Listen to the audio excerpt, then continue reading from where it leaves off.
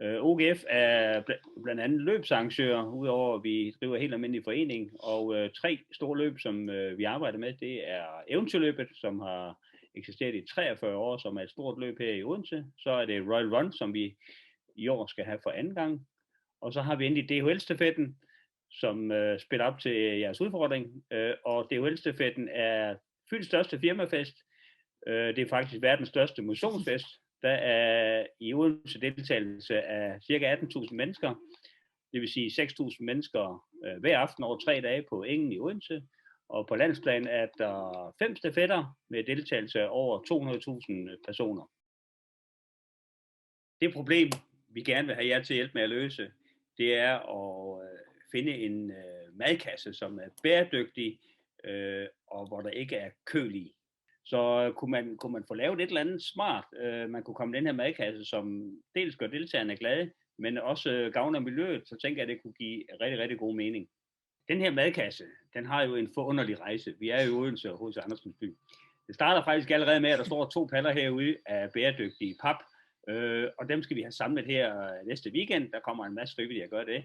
Og et par dage efter, så er det, at vi skal have fyldt ting i den madkasse. Og processen i at udvælge de her ting, det er faktisk noget, som vi tager os af. Så vi aftaler så med, i det her tilfælde, det Salling Group, plus nogle andre sponsorer, og siger, hvad er det, vi egentlig skal i den her madkasse, som gør folk glade. Og så pakker vi pakker på livet løs, inklusive de her forskellige kølevarer, som vi gerne vil være fri for. Vi smider det på køletrailer, 3 stykker faktisk, og kører dem skiftevis til hver dag, vi skal bruge dem nede på Engen. Og når løberne kommer, og walkerne kommer og skal have en hyggelig aften, så går de op til vores udleveringstelt, hvor vi har de her køletrailer stående. Og her får hvert hold så udleveret en madkasse. En anden ting, det er, når folk de er færdige med at spise deres madkasse, så der faktisk der ligger en affaldspose i hver af de her madkasser. Og der er det jo så meningen, at folk de skal smide affald i, og så gå hen i en af de her container, vi har stående, og smide affald i, og stille pappen ved siden af. Men her kan man jo så sige, jamen her er det jo både, hård plast og blød plast og restaffald, der faktisk bliver samlet i en spand, som ikke bliver sorteret.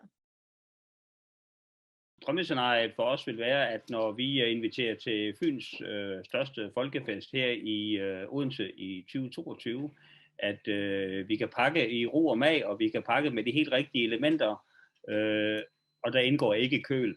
Og en anden lille ting, I skal have med, når I tænker over det her, det kan godt være, at vi sidder her i Odense med vores 6.000 mennesker, men husk, der er 200.000 mennesker i landet, som deltager i DHL-stafetten, og en overraskelse er, at de resultater, I kommer med, dem deler vi rent faktisk med de andre løbsarrangører, så det er ikke bare for os, det er hele landets DHL, I arbejder for her.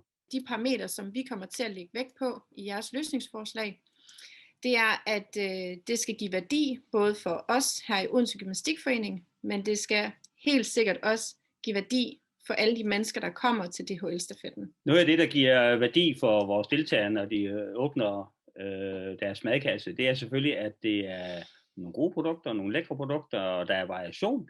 Men vi fornemmer også mere og mere, at tingene er bæredygtige. Det giver rigtig, rigtig god mening for vores deltagere. I Odense vil vi have under normale omstændigheder besøg af ca. 3.500 hold over de 3 dage, og hvert hold får simpelthen en madkasse udleveret med nogle produkter i.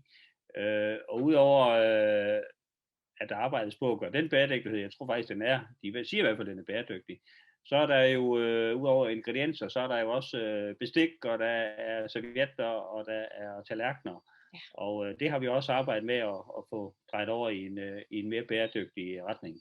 Vi har en masse containere, hvor der bliver sorteret skrald i, og så har vi stationer ude på Engen, hvor folk kan stille deres pap. Og så har vi nogle kasser, hvor folk de kan sætte deres pant, dåser og flasker.